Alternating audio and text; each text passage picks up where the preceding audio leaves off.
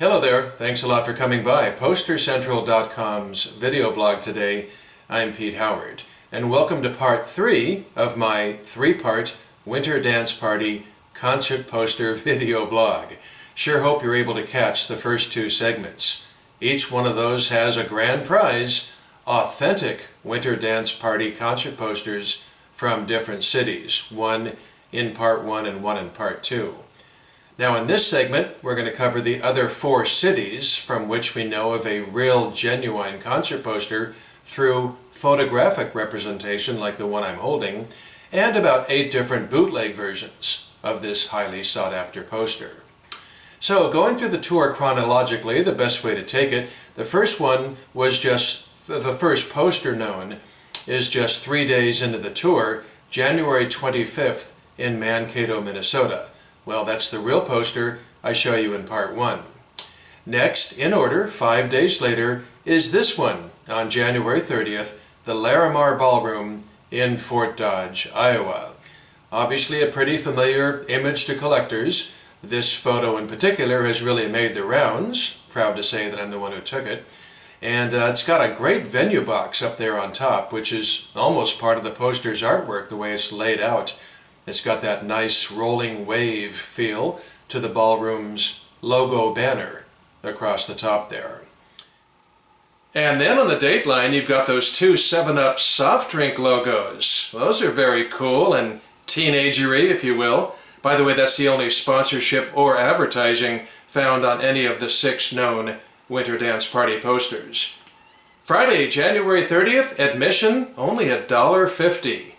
And then some more wonderful wording in the last line there. Dancing for teenagers only.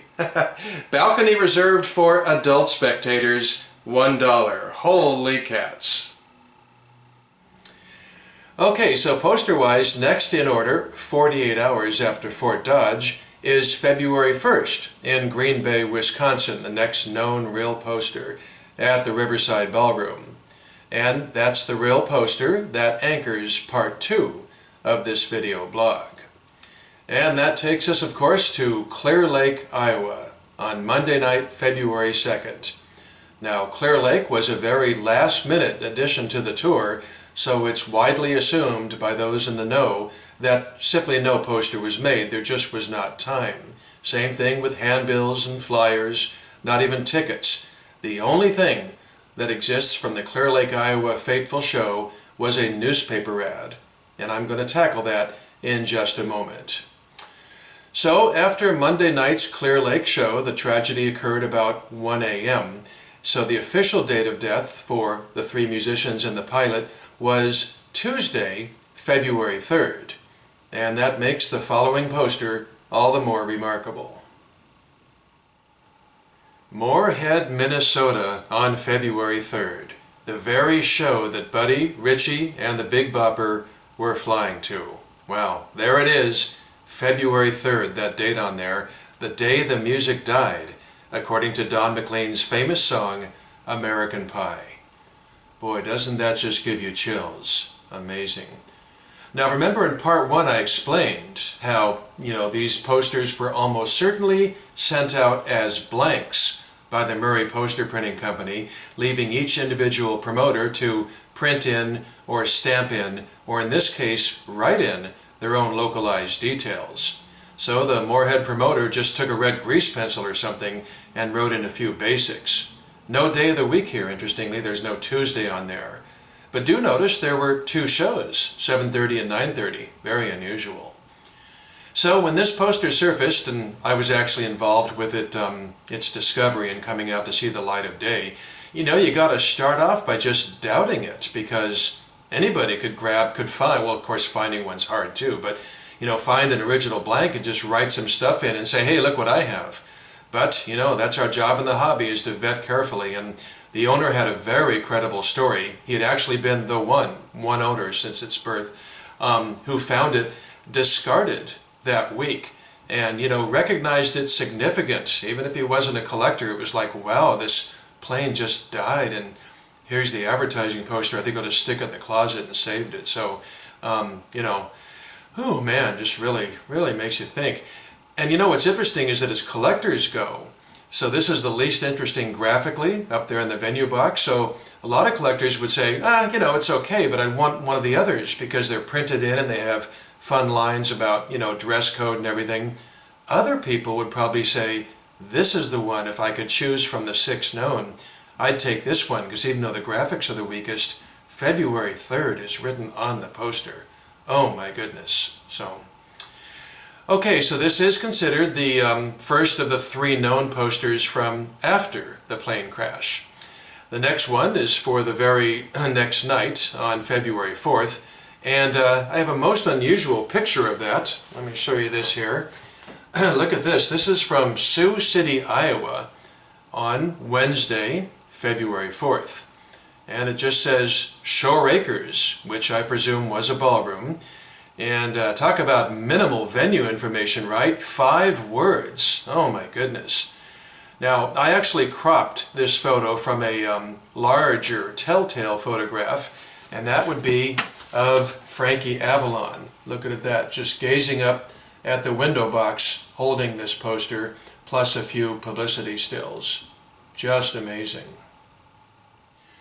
You know, it's interesting with today's tours, if you know, the headliner gets the flu, shows are canceled.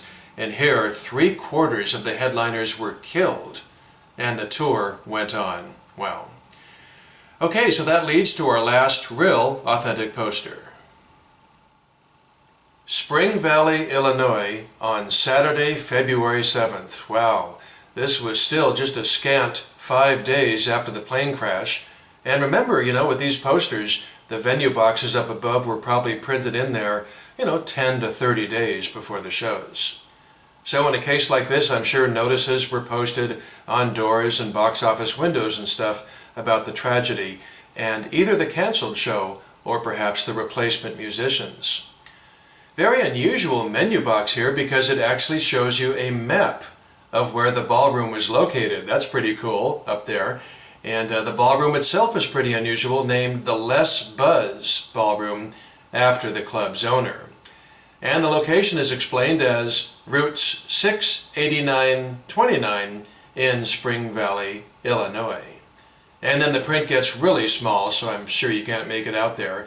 Doors open 8 p.m., dancing 9 till 1 a.m., advance $2.25, and door $2.50.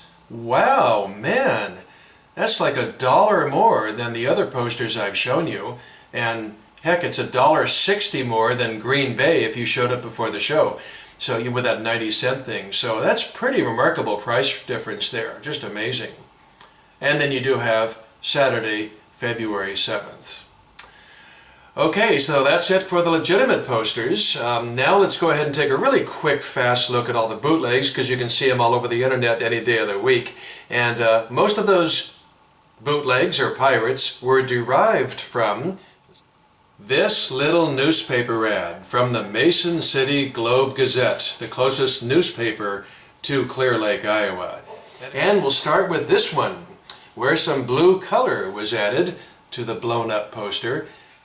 And here's another version, all in red. Take a look at that. How about adding back in photographs of the musicians and maybe a touch of color as well? So take a look at this.